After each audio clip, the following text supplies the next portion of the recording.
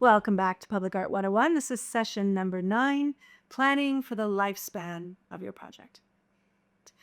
Okay, so if you've been following along in this process, you've heard me mention it 1,000 times already, and we're going to talk about it in more detail once again, because it's really, really important. A project doesn't end just because you put it in the public realm.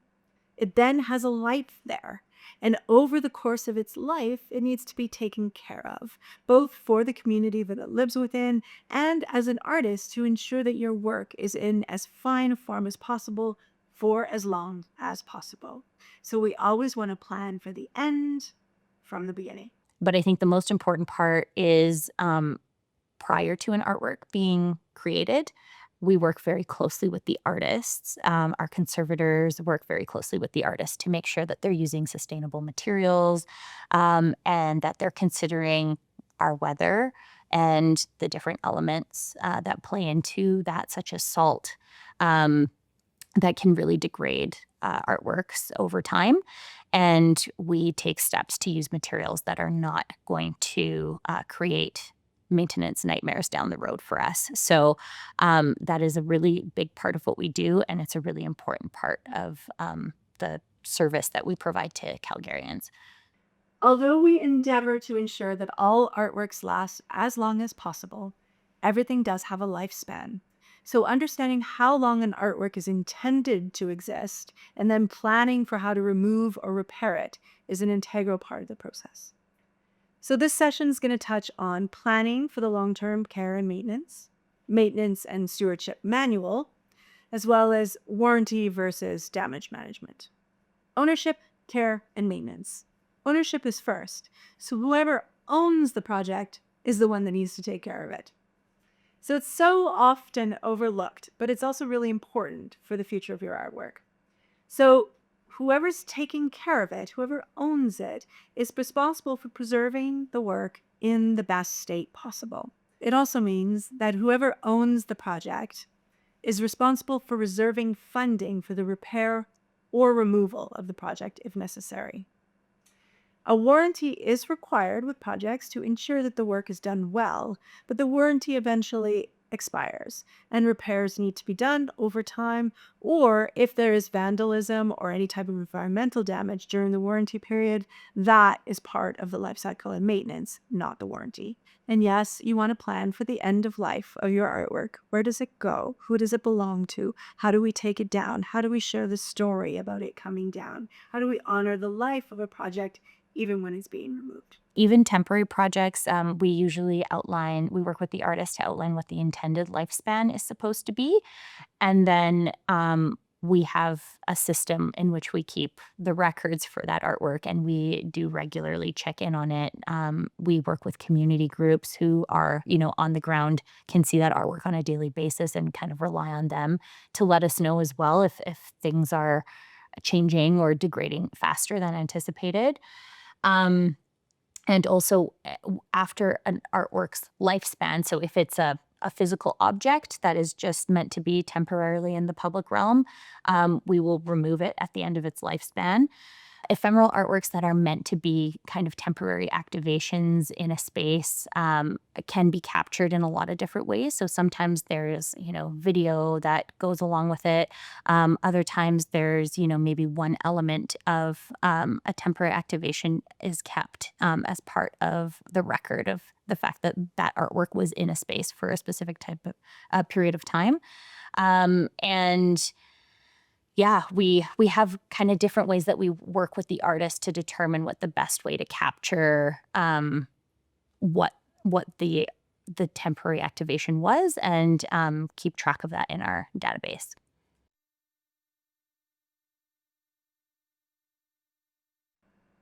So, planning for the end at the beginning basically means reserving budget, clarifying the lifespan expectations of the project, and then determining the plan for how that project is then removed. I would like artists to think about their intentions for how long they would like their artwork to live out in the world, what kind of space it's going to be situated in, and how that space, both the people in it and the environment and climate and circumstances of that site, how it will impact the artwork. and think about what you would feel is an acceptable degree of change to that artwork over time, and what you feel you would like to preserve as best as possible in a particular condition, and whether that's possible and what's required to make that possible.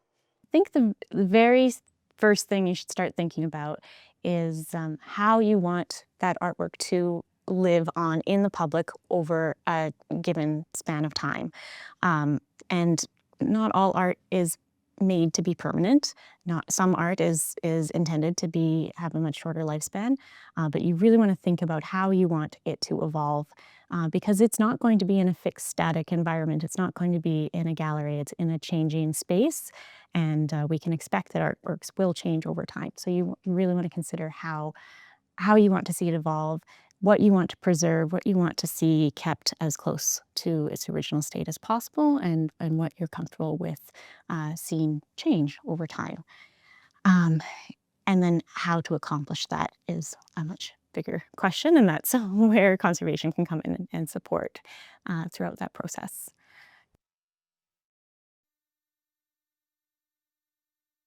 When a project is completed, some of the final paperwork package and reporting on the project that should be included is your maintenance manual, which is sometimes called a stewardship manual. They're a little bit synonymous.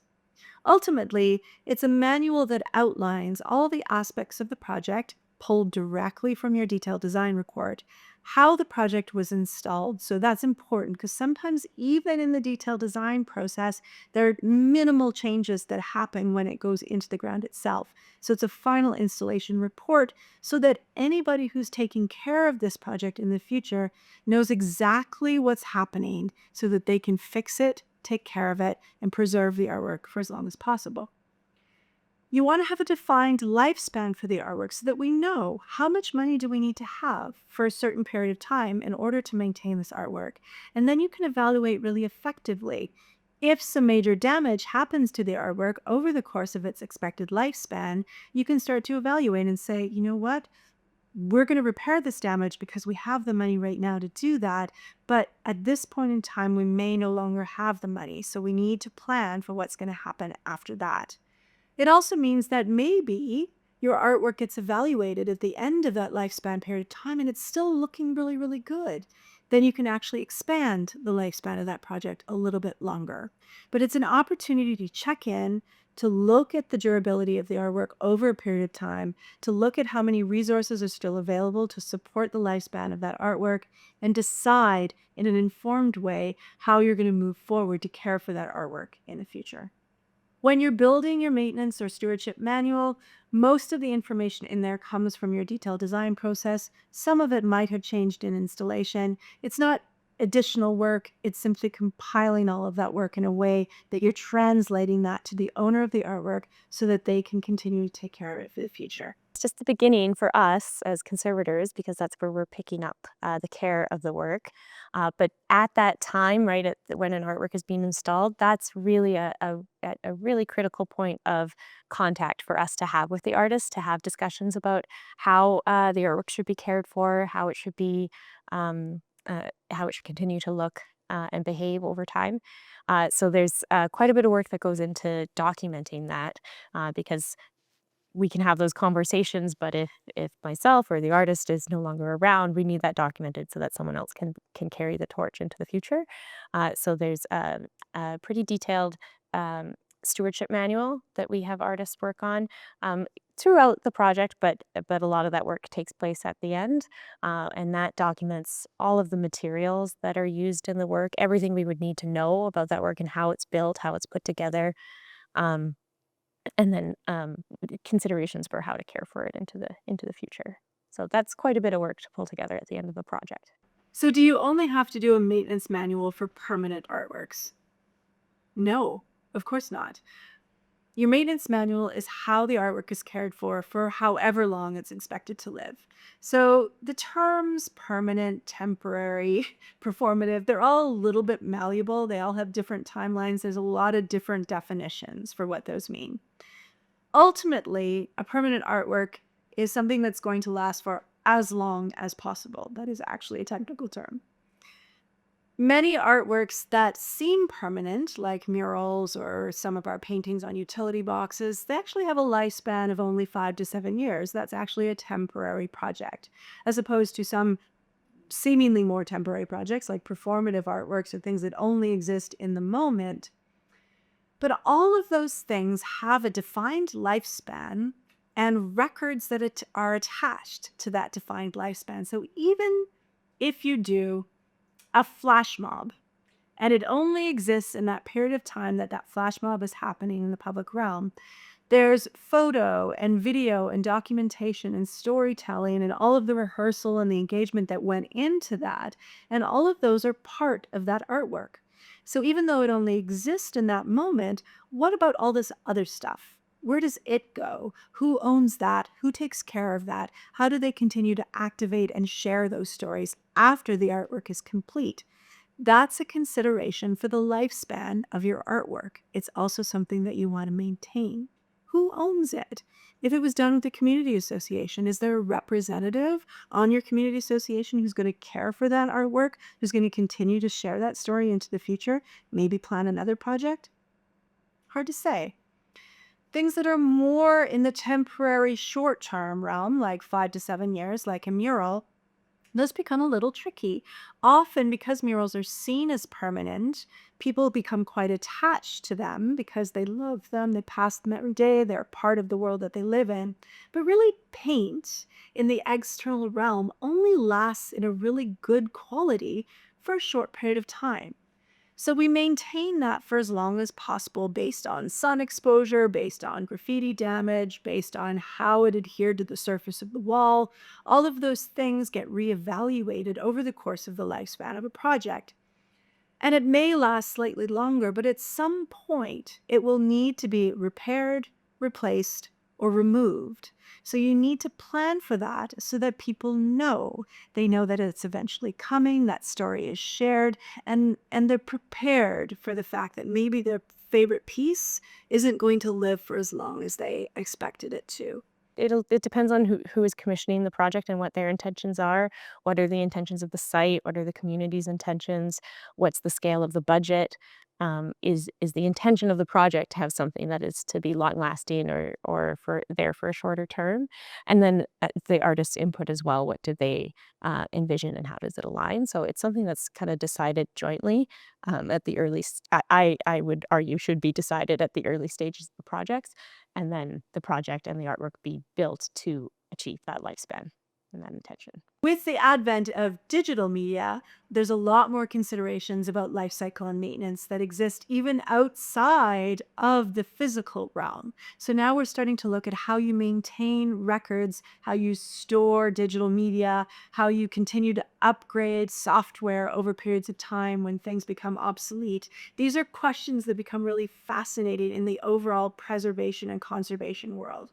Often, if you have an artwork with a lifespan with an intention of 20 years, when you're dealing with new media and lights or sound or any kind of technology like that, some of its components may not meet that 20-year lifespan and may require life cycling throughout its life. There needs to be a plan in place for that, and we work very closely with the artist to develop a really robust stewardship manual so that we can migrate to new hardware if we need to. If we also will sometimes store attic stock of hardware pre-purchased in advance so that we can replace it with the same technology when the time comes. But there needs to be a plan in place, and there needs to be budget in place for that too, because it can be quite expensive to replace hardware partway through an artwork's lifespan. So it definitely needs to be thought about in a very big picture way from the get-go. Your warranty is not the same as damage management. And I've said this before, but it gets mixed up quite often. Your warranty is your guarantee as an artist that the work that you provided is going to last in the public realm for the time that you've said it would last. It's just a guarantee of your work. Things happen. It is the public realm. And quite honestly, the public does stupid things. Things happen. There's a lot of damage. People climb on things. They try to move things. And that is not your responsibility as an artist. So if stuff happens to your artwork that is damage or that's environmental damage, that's stuff that needs to be cared for by the life cycle and maintenance budget through whoever owns the project based on the information provided in the stewardship manual. This is really important to know so that you're not being asked as an artist to do repair work that you're not being paid for because they're calling it part of your warranty. This is important too. If your work gets damaged and the group who owns it decides that they want to repair it because it's so loved, it's an important part of the community, great. They need to contract you to do that work. So any additional work that you do outside the scope of your initial contract, even if it's for repair and maintenance of your own project, is something you need to be paid to do, right? A warranty doesn't cover anything that is beyond anyone's control. So warranty certainly doesn't cover vandalism or graffiti or, what an insurance company, I guess, would say acts of God, right? It only covers deficiencies that could have been avoided during fabrication or design. De-icing salts are the bane of everybody's existence, and they are everywhere in this city. And a lot of materials are very vulnerable to de-icing salts. And don't underestimate the level of vandalism and graffiti that could be imposed onto your artwork. Unfortunately, people can be pretty strong-willed with their when inflicting damage to an artwork. So don't underestimate what the public can do from a vandalism perspective, but also from a wear and tear perspective. And don't assume durability in materials. Always ensure that you're looking into doing the research and doing the materials testing to find a material that has the durability that you're looking for. And then, of course, remember that as an artist, you always maintain the copyright and moral rights.